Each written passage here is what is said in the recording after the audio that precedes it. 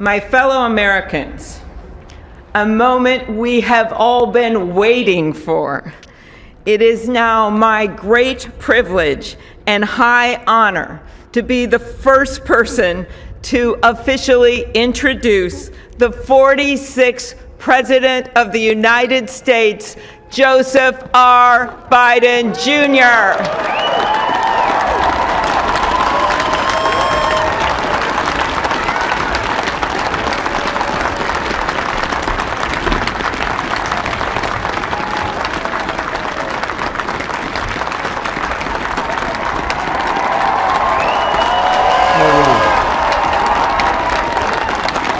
Chief Justice Roberts, Vice President Harris,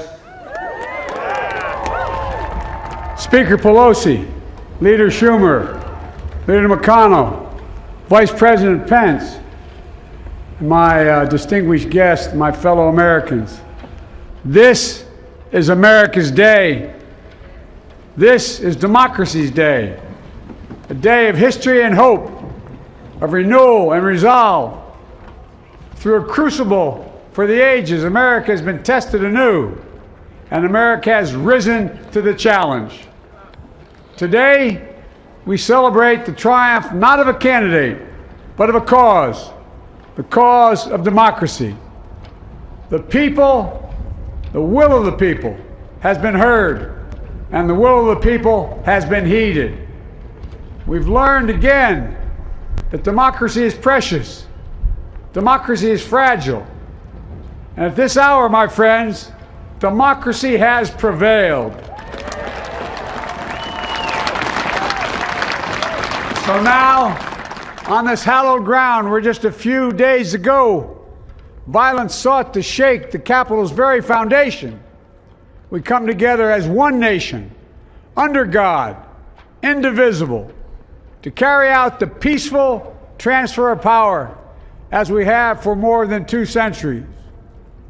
As we look ahead in our uniquely American way, restless, bold, optimistic, and set our sights on the nation we know we can be and we must be. I thank my predecessors of both parties for their presence here today. I thank them from the bottom of my heart, and I know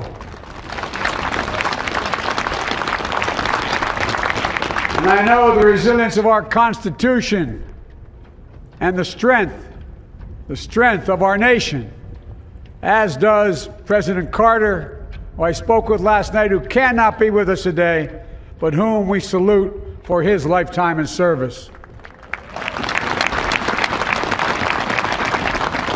I've just taken the sacred oath each of those patriots have taken, the oath first sworn by George Washington.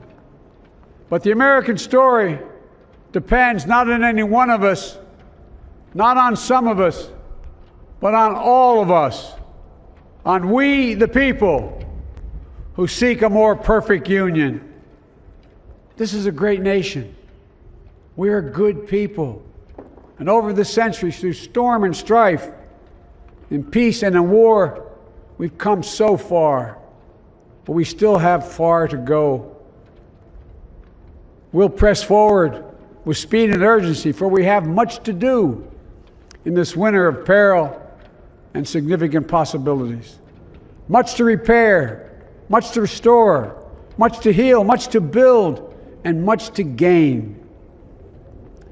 Few people in our nation's history have been more challenged or found a time more challenging or difficult than the time we're in now. Once-in-a-century virus that silently stalks the country has taken as many lives in 1 year as America lost in all of World War II. Millions of jobs have been lost. Hundreds of thousands of businesses closed. A cry for racial justice, some 400 years in the making, moves us. The dream of justice for all will be deferred no longer.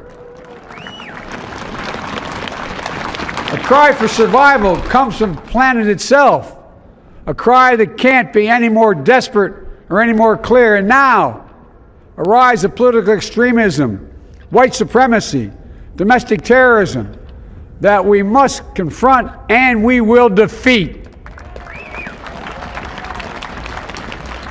To overcome these challenges, to restore the soul and secure the future of America, requires so much more than words. It requires the most elusive of all things in a democracy: unity. Unity. In another January, on New Year's Day in 1863, Abraham Lincoln signed the Emancipation Proclamation. When he put pen to paper, the president said, and I quote, "If my name ever goes down into history, it'll be for this act, and my whole soul is in it." My whole soul is in it.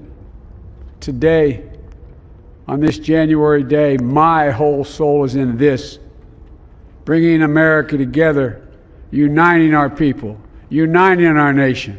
And I ask every American to join me in this cause.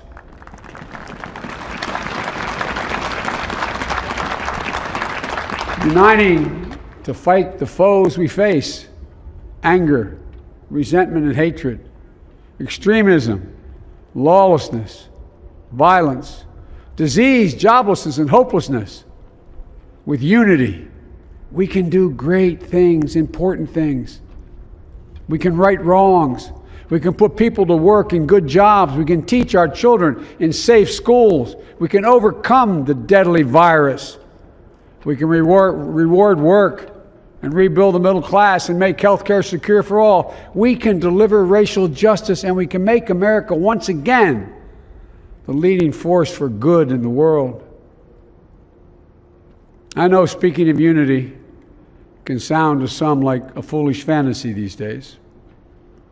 I know the forces that divide us are deep and they are real.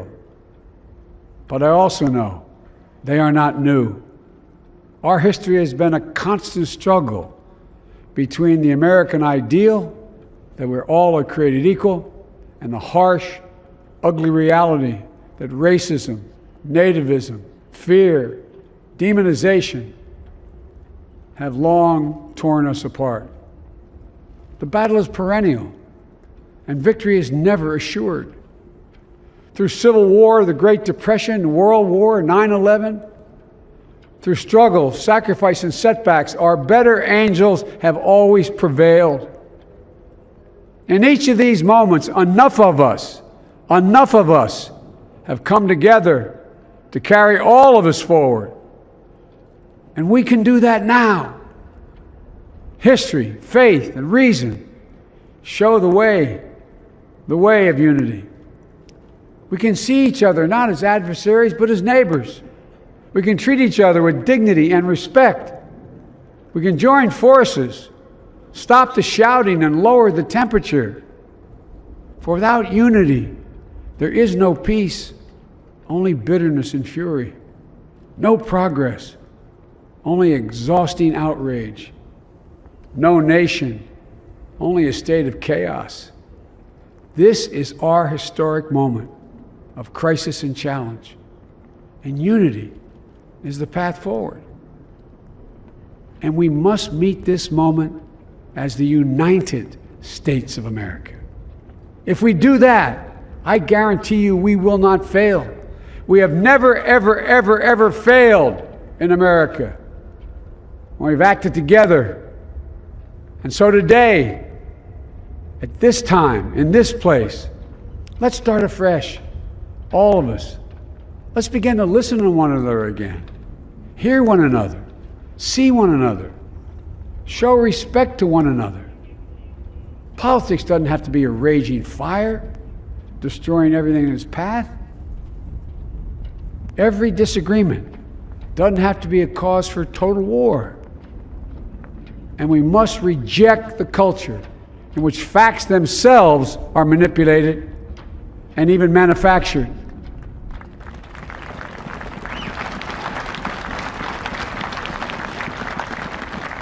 My fellow Americans, we have to be different than this.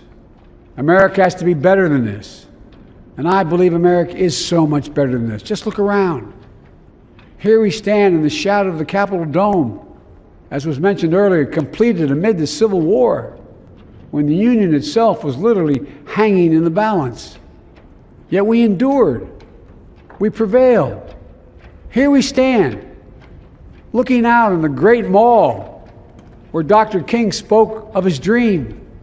Here we stand where 108 years ago, at another inaugural, thousands of protesters tried to block brave women marching for the right to vote.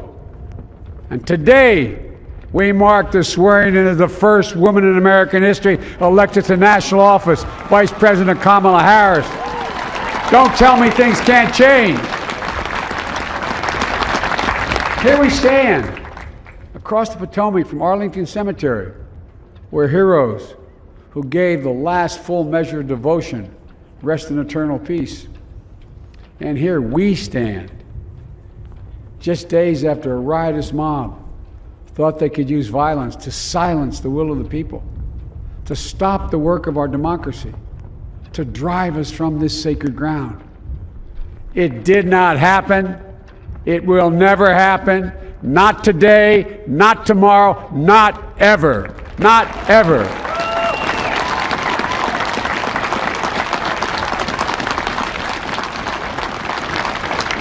To all those who supported our campaign, I'm humbled by the faith you've placed in us. To all those who did not support us, let me say this. Hear me out as we move forward. Take a measure of me and my heart. And if you still disagree, so be it. That's democracy. That's America. The right to dissent peaceably within the guardrails of our republic is perhaps this nation's greatest strength. Yet hear me clearly. Disagreement must not lead to disunion. And I pledge this to you. I will be a president for all Americans. All Americans. And I promise you, I will fight as hard for those who did not support me as for those who did.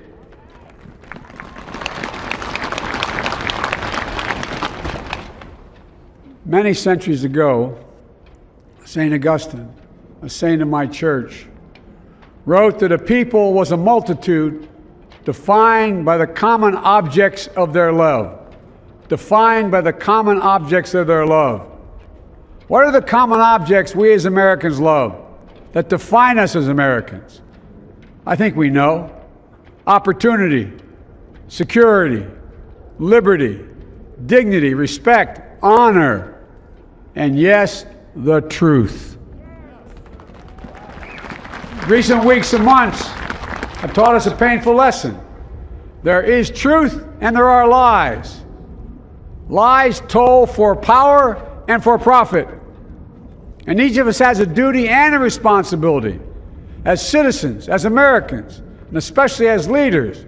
Leaders who have pledged to honor our Constitution and protect our nation, to defend the truth and defeat the lies. Look, I understand that many of my fellow Americans view the future with fear and trepidation. I understand they worry about their jobs. I understand